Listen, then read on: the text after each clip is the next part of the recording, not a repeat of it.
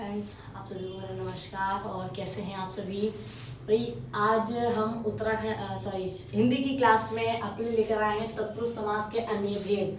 अब तत्पुरुष समास के अन्य भेद की भी बात आ रही है तो अलग अलग पुस्तकों में आपको अलग अलग भेद मिलेंगे। इसमें क्या किया हमने ना, तत्पुरुष समास के सभी भेद आपको बताने का प्रयास किया है। ऐसा होता है ना, कोई अलग से भेद आपने पढ़ लिया तो आप संदेह की स्थिति में आ जाते हैं कि ये कहाँ से आया, ये कहाँ से आया। तो आज हमने क्या किया है कि तत्पुरुष समास के लगभग मोस्टली भेद आपने पढ़ रखे हैं तत्पुरुष समास के, लेकिन यहाँ पर बात आ रही है अन्य भेद। अन्य भेद कौन कौन से हैं तत्पुरुष समास के, जो हमारे लिए डाउट वाली कंडीशन पैदा कर देते हैं। तो मुझे ऐसा लगता है कि ये वीडियो देखने के बाद मुझे नहीं लग रहा कि आपको तत्पुरुष समास के अन्य भेद में कोई डाउट रहेगा, रहना भी नहीं चाहिए। ठीक है, तो हम क्लास स्टार्ट करते हैं भाई। आज है तत्पुरुष समास के अन्य भेद, क्योंकि इससे पहली वाली जो वीडियो थी उसमें हमने तत्पुरुष समास का मुख्य रूप से 6 भेद का वर्णन कर दिया था। क्या उनके कारक चिन्ह है, क्या उनके सामासिक पद बनेंगे, सब हो गया था। लेकिन आज की जो वीडियो है उसमें बताया जाएगा कि तत्पुरुष समास ही पढ़ रहे हैं, लेकिन उसके जो अन्य भेद है, जहां थोड़ी सी वादी वाली कंडीशन आ जाती है, वहां क्या स्थिति रहेगी। ठीक है, तो शुरुआत करते हैं तत्पुरुष समास के अन्य भेद को लेकर के। अन्य भेद में क्या, तत्पुरुष समास जैसे हमने कहा था तत् का पुरुष। अब पुरुष जो है वो कई तरीके से प्रयोग में लाया जाता है, पूर्व पद अलग से, उत्तर पद अलग से। तो यहाँ पर बात आई है तत्पुरुष समास के अन्य भेद। तत्पुरुष समास के अन्य भेद में क्या है, ये मुख्य भेद वाली स्थिति आ जाती है। अधिकतर जो आप इसमें ये जो भेद देख रहे हैं तत्पुरुष समास के, इससे पहले जो 6 भेद देखे थे वो तो आपकी हिंदी में प्रयोग में लाए जाते हैं, उनसे रिलेटेड सवाल भी आ जाते हैं। लेकिन कभी कभी क्या होता है, जब प्रश्न हमें नहीं मिलता कि अब एग्जाम को टफ कैसे बनाया जाए, क्वेश्चन पेपर को टफ कैसे बनाया जाए, तो उस समय यही काम में आते हैं, इनसे सवाल बन जाते हैं। अब इनसे सवाल देखिए, एक तो ये और एक आपका रहता है ये, इनसे सवाल पूछे जाते हैं और समझ में भी नहीं आते। तो आपके लिए सारे ही भेद महत्वपूर्ण है, ये संस्कृत में प्रयोग में लाए जाते हैं। लेकिन वही है कि हिंदी की आदि जननी कौन है, संस्कृत है। अगर हिंदी में कुछ कम लगेगा क्वेश्चन बनाते समय तो संस्कृत से तो उठाना ही पड़ेगा, तो क्यों ना हमने भी उठा लिया। तो तत्पुरुष के 6 भेद, तत्पुरुष समास के 6 भेद सब जानते हैं, तो अन्य भेद पढ़ते हैं। फिर आज इनमें क्या नया मिलता है। देखिए, तत्पुरुष समास के मुख्य भेद इस प्रकार है, ये भी मुख्य में ही आएंगे। अलग ये है, अलुक तत्पुरुष, उपपद तत्पुरुष, नन तत्पुरुष, प्रादि तत्पुरुष और लुप्त पद तत्पुरुष। आपको इन्हें ध्यान से समझना है। देखिए, तत्पुरुष आप बहुत अच्छे से जान गए थे, 6 भेद तो हमने इसके पढ़ लिए थे, उसके कारक चिन्ह भी हम जानते हैं। अब बात आती है मुख्य भेद में क्या कह रहे हैं। तो जब ये वाली स्थिति आ जाती है कि सभी तत्पुरुष लिखा हुआ, वो तो आप जानते हैं, लेकिन ये जो नए नाम आ रहे हैं आपको इनका अर्थ पता होना चाहिए। बस हम ये नहीं कह रहे बहुत लंबी चौड़ी आपको डेफिनेशन याद करने। देखिए, यहाँ पर कोई परिभाषा नहीं है। वो क्यों नहीं है, क्योंकि हम आपको सिर्फ शब्द से समझाना चाह रहे हैं कि इस शब्द का मतलब क्या होता है। सीधी सी बात, शब्द का अर्थ जान लीजिए हिंदी में, बाकी डेफिनेशन आप खुद बना लेंगे। सारी परिभाषाएं फिर वो आपकी ही रहेंगी। तो देखें, यहां बात आई है तत्पुरुष समास में अलुक। अलुक का क्या मतलब होता है, लुक का मतलब तो जानते हैं, दिखाई देना। अब यहां लुक से पहले लग गया आ का मतलब तो नहीं होता है। अलुक जो लुप्त है, मतलब लुप्त का अभाव होना, जो दिखाई देता है। अलुक है मतलब कि छुपा हुआ नहीं है, लुप्त नहीं है, ऐसे चिन्ह की बात आती है, ऐसे पद की बात आती है, ऐसे ही शब्द की बात आती है। एग्जाम्पल से आप और अच्छे समझेंगे। तो अलुक यानी कि लुप्त का प्रभाव। लुप्त का मतलब, या लुक का मतलब होता है दिखाई देना, यानी कि लुप्त की बात आ रही है। तो अलुक का मतलब होता है दिखाई ना देना। उपपद की बात आती है यहाँ पर कि इसमें क्या होगा, कुछ पद ऐसे होंगे जो उप होते हैं। उप का एक तो होता है पद, और पद से भी जो छोटे वाली स्थिति रहती है वो आती है उपपद की। जैसे हम बात करेंगे शब्दार्थ में, उपसर्ग पढ़े होंगे आपने, जैसे सु है, सु उपसर्ग पढ़ लिया है। या फिर हम बात करें प्रति, ये बहुत छोटे छोटे शब्दांश है। तो उपपद, ये पद नहीं है पूरे, लेकिन उपपद वाली कंडीशन, तो इससे भी कई सारे आपके क्या बनते हैं, समास बन जाते हैं। जैसे सुगम कर दें, सुस्वागत कर दें, या फिर प्रत्यागमन कर दें, प्रत्येक कर दें, ऐसे प्रतिदिन कर दें, ऐसे प्रयोग में लाए जाते हैं ना। तो ये पद नहीं है, ये उपपद वाली स्थिति आ जाती है, पद से भी छोटा रूप। मतलब कि शब्दांश, या हम कहते हैं उपसर्ग की जो स्थिति आती है वो कहलाते हैं उपपद तत्पुरुष समास। अगला दे रखा है नन। इस नन का ही खुद का मतलब होता है नहीं। इस नन का क्या मतलब होता है? नहीं। अब हम अ लगाते हैं, अगर अ आ जाता है तो इसका मतलब भी नहीं होता है।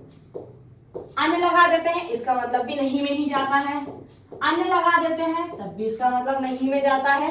ना लिख देते हैं तब भी इसका मतलब। तो कुछ शब्द, कुछ पद आपको ऐसे मिलेंगे जिनके आगे ये लगा हुआ होगा। तो जब ऐसी स्थिति ना वाली आ जाएगी, जैसे हमने कहा असत्य, तो असत्य में हम कौन सा समास कर? सत्य। सत्य से पहले आ लगी और आ का मतलब है नहीं। असत्य का मतलब सत्य नहीं। सत्य नहीं, तो नहीं वाली कंडीशन जब भी बनेगी वहां पर नन तत्पुरुष समास कर देना है आराम से। अलुक में जहां पर लकार चिन्ह दिखाई न दे, ठीक है, दिखाई दे वाली स्थिति है, दिखाई दे। उपपद में क्या होता है? पद से भी जो छोटे छोटे ही होते हैं, सु का प्रयोग कर दिया, कु का प्रयोग कर दिया, इस तरह से प्रति का प्रयोग कर दिया, प्र का प्रयोग कर दिया, तो ये उपपद कहलाते हैं। तो वहां पर उपपद तत्पुरुष समास होता है। इसके अलावा नन, नन का खुद का मतलब होता है नहीं। अब वो आ के रूप में आ जाए, अन्य के रूप में आ जाए, ना के रूप में आ जाए, वो सब क्या होंगे? नन तत्पुरुष समास हो जाएंगे। ठीक है। बात आती है प्रादि की। प्रादि में स्थिति क्या होती है? प्र और आदि। प्र लगा हुआ होता है आदि यानी के शुरुआत में। लुप्त पद, इसमें क्या होगा? कुछ पद जो होंगे वो क्या होंगे?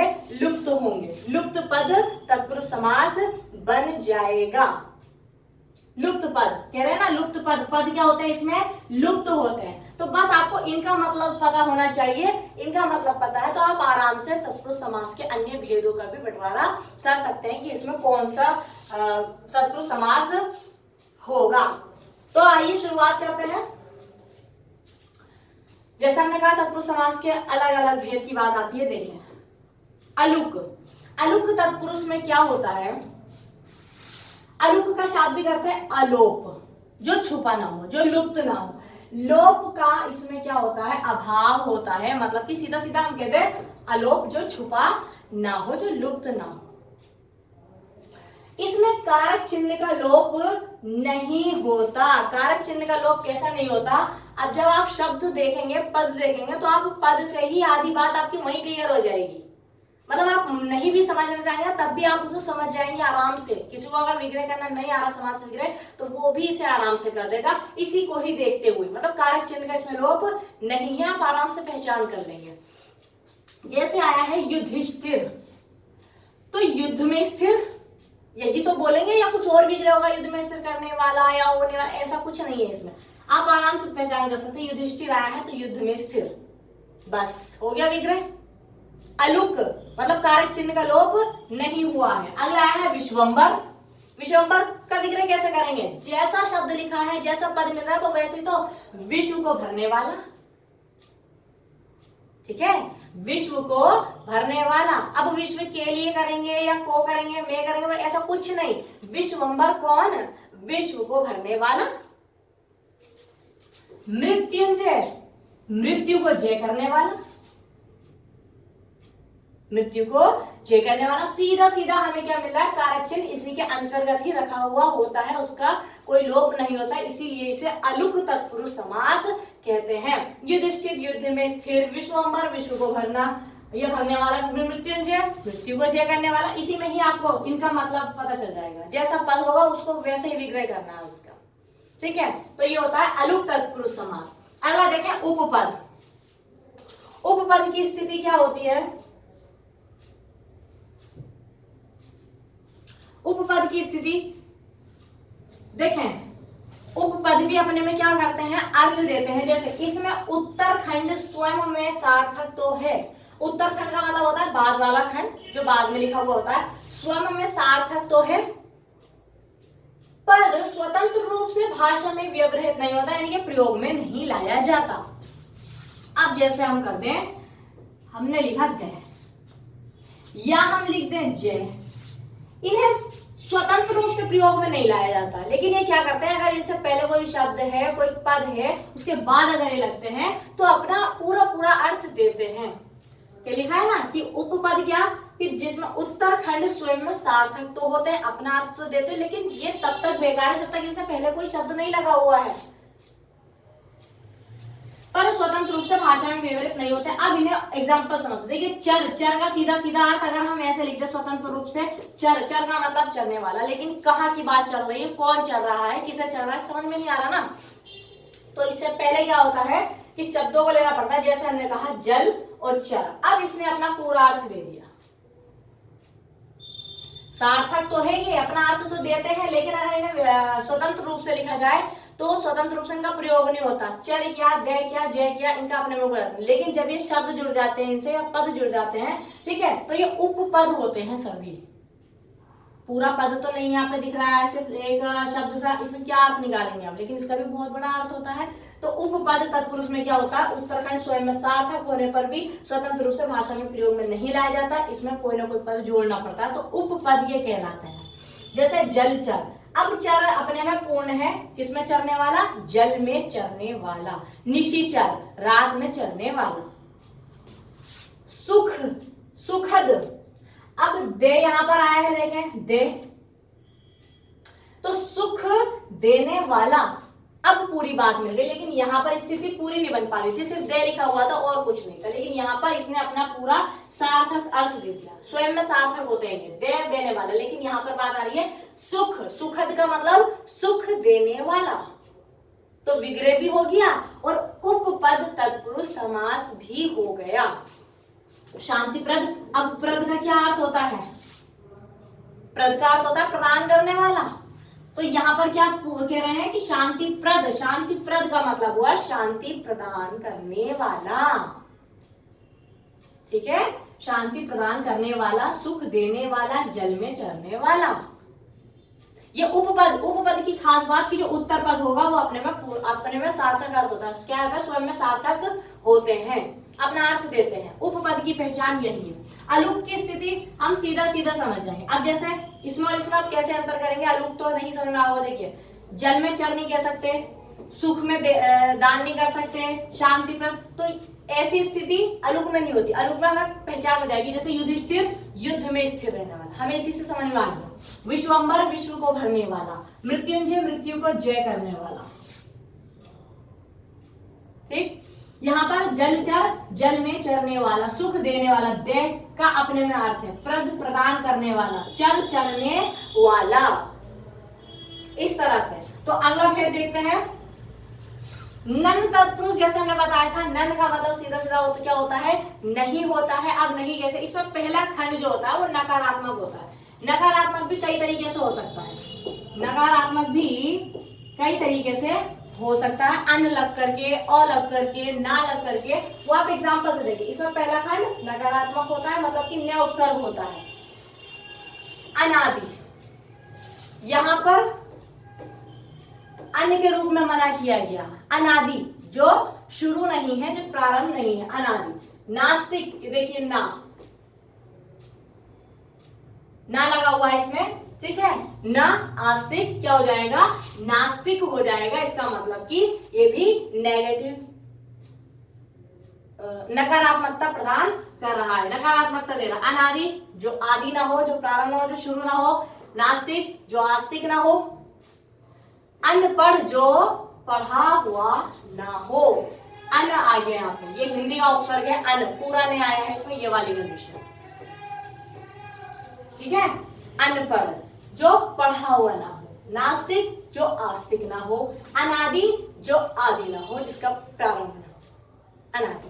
तो यहाँ पर शुरू वाले जो पहला जो खंड होता है वो क्या होता है, वो नकारात्मक होता है। नन तत्पुरुष समास की पहचान बस इतनी ही है कि पहला पद जो होगा वो नकारात्मक होगा। अब स्थिति आ जाती है प्रादि। प्रादि का मतलब क्या है, जो हमने अभी खंड पढ़े थे उपपद वाले, जो हमने उपपद की बात की थी, वो उपपद अभी तो बाद में लगे हुए थे, ये पहले लगे हुए होते हैं। आदि, इस आदि का मतलब क्या होता है, आदि का मतलब होता है प्रारंभ, शुरू में।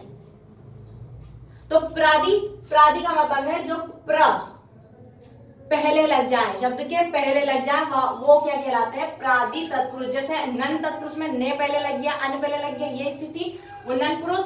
प्रादि में ऐसे जो छोटे छोटे होते हैं जैसे सु है, द है, या फिर ये प्र वाली स्थिति आ जाती है, ये सब क्या होते हैं? ये प्रादि तत्पुरुष समास का निर्माण करते हैं। जैसे एग्जाम्पल से देखें, देश तो है, अब देश के बाद तो नहीं लगा ना कोई, उपपद जो है वो देश के बाद नहीं लगा, वो प्र जो है वो पहले लगा है।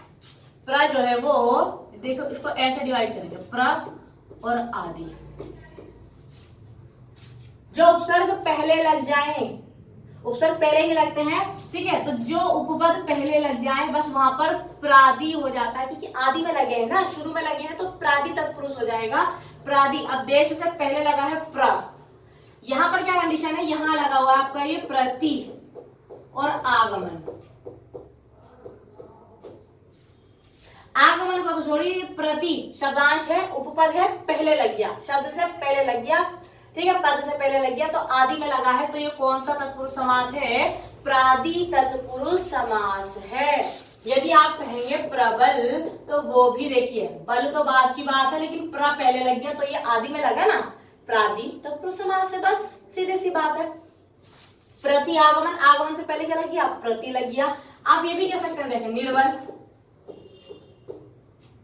अब बल तो बाद में लगा, लेकिन निर लग गया ना पहले, निर लग गया तो वो प्रादि, आदि में तो लग रहा है, शुरू में तो लग रहा है, तो प्रादि तत्पुरुष समास की पहचान हो गई है ये, ठीक। अब अगला आता है लुप्त पद। इसमें बड़ा वाद विवाद चलता है, हमने तो ऐसा पढ़ा था और हमने ऐसा पढ़ा था, ये गलत कैसे हो गया, ये सही कैसे होगा, बहुत सारी बातें। लुप्त पद जैसा कि नाम है इसका, ये नाम जो है ना कहीं अलग से लिखे हुए नहीं आते हैं, ये आपकी हिंदी जब कभी आपको कोई शब्द ना समझ में आए आप उसको तोड़ दीजिए। तोड़ेंगे कैसे?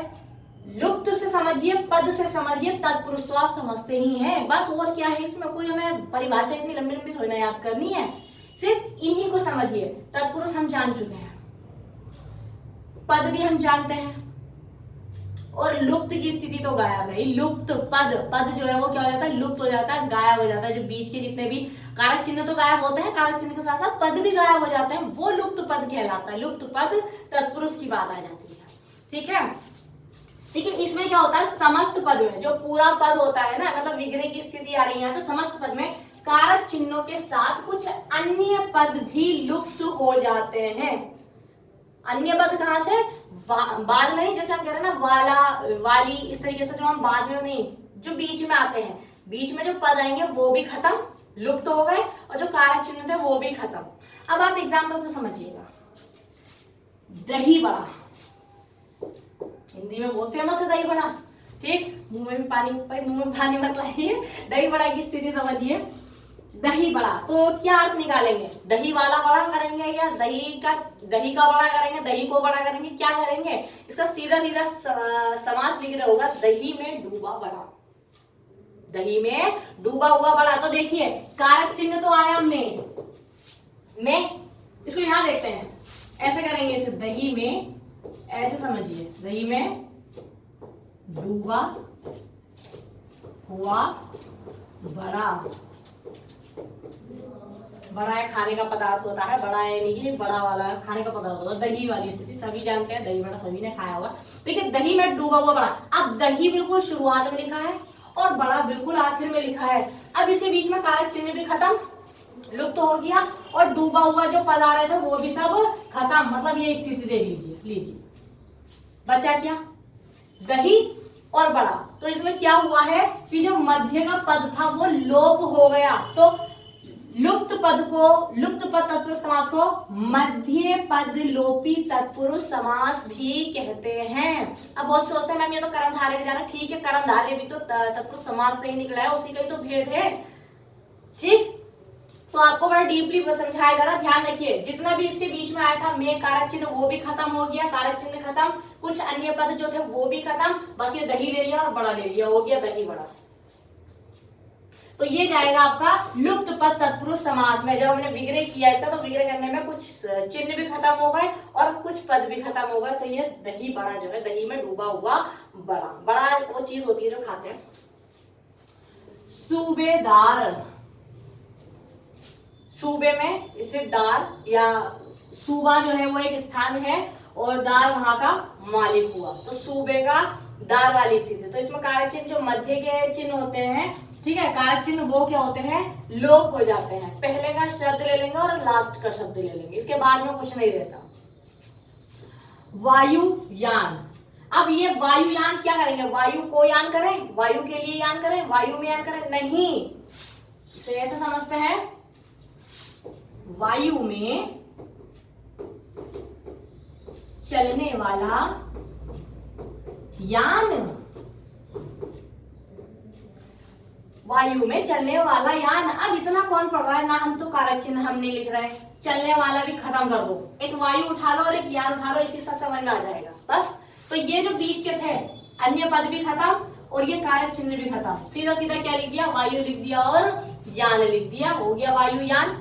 कौन सा समास होगा, मध्यम पद लोपी तत्पुरुष या फिर लुप्त पद तत्पुरुष, क्योंकि मध्य के जो पद थे वो सब खत्म कर दिए। वन मानुष क्या लिख करेंगे इसे, वन में मानुष रहने वाला नहीं, इसे करेंगे वन में रहने वाला मानुष। अब इतना हमने समास का हमने सीधा सीधा अर्थ लगाया था कि समास का अर्थ क्या होता है, क्या लिखा है ये, वन में, देखिए सीधा सीधा हमने समास पढ़ रहे, समास का अर्थ होता है संक्षिप्त करना। अब इतना सारा कौन लिखे, वन में रहने वाला मानुष या फिर सूबे में रहने वाला दार या सूबे को देखने वाला दार, तो बीच के सारे पद खत्म कर दीजिए, ये कारक चिन्ह खत्म कीजिए, ये अन्य पद खत्म कीजिए, सिर्फ इतना लिख दीजिए वन मानुष, वही वन मानुष यहां पर आ गया, वन में रहने वाला मानुष।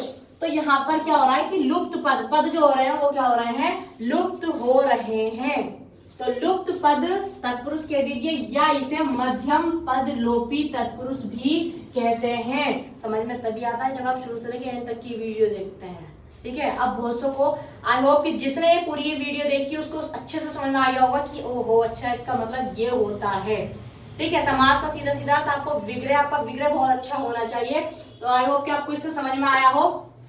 अगला देखते हैं, तत्पुरुष समास के ही दो और भेद हैं, दो और भेद है जो अधिक महत्वपूर्ण है, जिनका प्रयोग हिंदी में होता है। इससे पहले जो आपने भेद पढ़े उनका संस्कृत में ज्यादातर प्रयोग होता है, हिंदी में कम होता है। तो तत्पुरुष समास के ही दो और भेद हैं जो अधिक महत्वपूर्ण हैं। एक तो उसमें आ रहा है कर्मधारय और दूसरा आ रहा है द्विगु, क्योंकि तत्पुरुष समास ऐसा समास इतने सारे भेद लिए हुए हैं कि उसमें कई तरीके से, कभी कभी क्या होता है जब हम तत्पुरुष समास को लिखते हैं तो वहां पर कभी हमें विशेषण दिखाई दे जाता है, कहीं विशेष्य दिखाई दे जाता है, कहीं पर ऐसा होता है कि हमें संख्यावाची पद भी दिखाई दे जाते हैं। तो तत्पुरुष समास के ही भेदों में बनाया गया है, एक तो कर्मधारय और दूसरा द्विगु समास। तो इन दोनों को अलग कर दिया गया है क्योंकि इनका भी अपने में इतिहास है, इनका भी अपने में विस्तार है। तो इन दो को अलग करके मिला करके समास के कुल 6 भेद बताए गए, 4 जो पहले लिखवा दिए गए थे पद के हिसाब से, और उसके बाद में द्विगु और कर्मधारय 2 और ऐड हो गए, तो होगा समास के कुल कितने भेद, 6 भेद।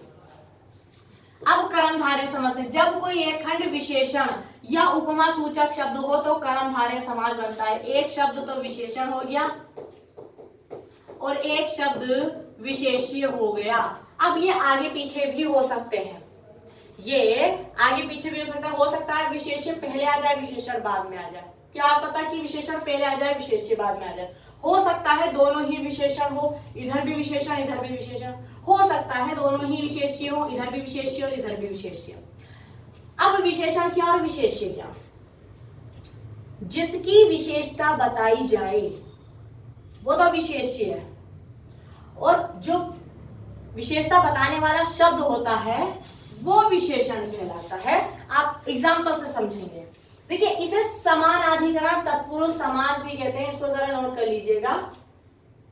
इसे समानाधिकरण किस समास को समानाधिकरण तत्पुरुष समास भी कहते हैं, तो वो कर्मधारय तत्पुरुष समास को कहा जाता है, ठीक है। अब इससे समझिए, भला मानस, कभी कभी तो विशेषण दोनों एक साथ मिल जाते हैं, कभी विशेष्य दोनों एक साथ, कभी विशेष्य विशेषण, कभी मतलब सारी स्थिति इससे समझेंगे। भला मानस, तो मानस किसकी बात बताई जा रही है, मानस की। भला मानस, मानस कैसा है, भला है। तो यहाँ जो मानस है वो विशेष्य है, किसकी विशेषता बताई जा रही है हमें यहाँ पर, मानस की। और मानस कैसा है, क्या कौन सा शब्द क्या होता है, भला। और भला क्या है, यहाँ पर जो शब्द आया है वो है विशेषण। ठीक है, जिसकी विशेषता बताई जाए विशेष्य, और जो विशेषता बताता है वो विशेषण कहलाता है। तो भला मानस, भला मानस में क्या, भला जो है वो विशेषण और मानस क्या है, विशेष्य है। दूसरा समझते हैं पुरुषोत्तम।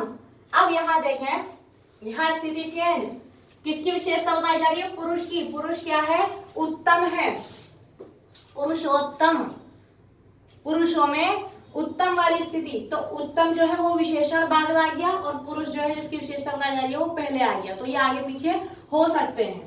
अब देखिए सीधा भी है और सादा भी है, तो ये तो दोनों ही विशेषण आ गए। ठीक है, सीधा सादा, लड़का, लड़का छोड़ दिया हमने सीधा सादा, दोनों ही विशेषण ले लिए, सीधा भी है और सादा भी है। मुख और चंद्र, कभी कभी क्या होता है, हम इन दोनों को ही क्या कर देते हैं, विशेष्य बना देते हैं। कभी तो मुख की तुलना की जाती है और कभी चंद्र की तुलना की जाती है, तो ये दोनों ही यहाँ पर विशेष्य है। ठीक, मुख चंद्र। इसके अलावा चरण कमल, कभी हम चरण को विशेष्य बना देते हैं, कभी हम कमल को विशेष्य बना देते हैं। उपमा उपमान वाली स्थिति इसमें आ जाती है। तो ये सभी जितने भी हैं, ये सब अगर मोटे तौर पे देखा जाए तो ये कर्मधारय समास के उदाहरण हैं। ठीक, विशेष्य विशेषण क्या पहले आ रहा है क्या बाद में, वो बता दिया है कि जिसकी विशेषता बताई जाए वो विशेष्य, जो विशेषता बताता है वह विशेषण कहलाता है। अब द्विगु समझ लेते हैं। जो द्वि का रूप लेकर आता है, द्वि का मतलब है एक से अधिक, संख्यावाची, सीधा सीधा अर्थ। द्विगु का मतलब होता है, इस कर्मधारय समास में क्या होता है, जैसे हमने यहाँ पर विशेषता बताई, तो कभी कभी विशेषता में हमने पढ़ा था ना संख्यावाचक विशेषण, आपने पढ़ा होगा संख्यावाचक विशेषण। तो कर्मधारय समास में पूर्व पद जो होता है ना वो संख्यावाचक विशेषण होता है। लीजिए, जो पहला पद होता है वो संख्यावाचक विशेषण, और इसके समस्त पद में समूह का बोध होता है, उसे द्विगु समास कहते हैं। जहां समूह की बात आ जाए, जहां पर संख्या बताई जाए, जहां पर पूर्व पद क्या हो, संख्यावाचक हो, संख्या का बोध कराए, वहां पर कौन सा समास हो जाएगा, द्विगु समास हो जाएगा। एग्जाम्पल से समझते हैं। दोपहर, क्या दोपहर का क्या मतलब हुआ, दोपहरों का समूह।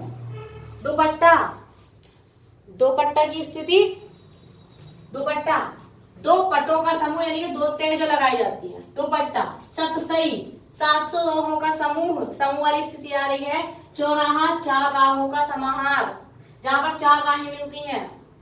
ठीक, इसके अलावा चवन्नी, 4 आनों का समूह। अठन्नी, 8 आनों का समूह। गिनती हो रही है ना, संख्या का प्रयोग हम कर रहे हैं। ठीक है, दोपहर, दुपट्टा, सतसई, चौराहा, चवन्नी, ये सारी की स्थिति किसमें आ रही है, सब द्विगु समास के अंतर्गत आ रही है। हम जैसे कहते हैं त्रिभुज, त्रिकोण, त्रिभवन, त्रिभवन वाली स्थिति। चतुर्भुज हम कर दें तब भी कौन सा समास, क्योंकि भुजाएं कितनी बताई जा रही है गिनती में, 4, चतुर बताई जा रही हैं। षटकोण वाली स्थिति यहाँ पर कर दें तो कोण कितने बताए जा रहे हैं, गिनती में बात आ रही है, षट। तो ये सब द्विगु समास के उदाहरण हैं।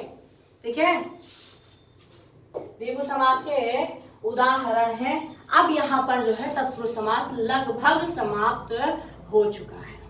तत्पुरुष समास के आपको 6 भेद पिछली वीडियो में मिल गए हैं। इसमें आपको तत्पुरुष समास के अन्य भेद और आपको इसके एग्जाम्पल कैसे लगे, कैसी आपको समझ में आया नहीं आया भाई ये वाली स्थिति।